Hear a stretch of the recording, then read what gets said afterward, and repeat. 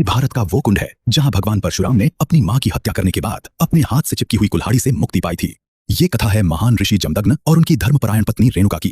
कहा जाता है कि रेणुका प्रतिदिन नदी से कच्चे मिट्टी के घड़े में जल भरकर लाती थी। आश्चर्य की बात यह थी कि घड़ा बिना पके होने के बावजूद कभी टूटता नहीं था। ये उनके सतीत्व और तप की शक्ति थी।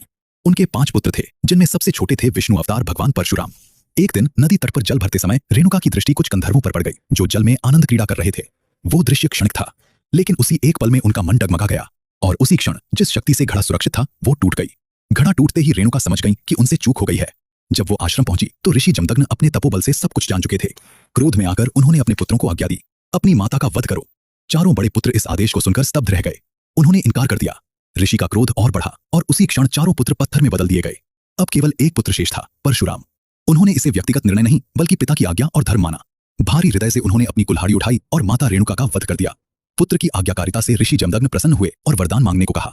परशुराम ने कोई शक्ति नहीं मांगी, कोई राज्य नहीं मांगा।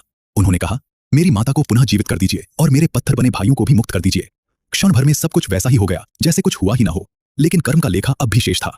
मातृवध का पाप उस कुल्हाड़ी से चिपक चुका था और वो परशुराम के हाथ से अलग ही नहीं हो रही थी।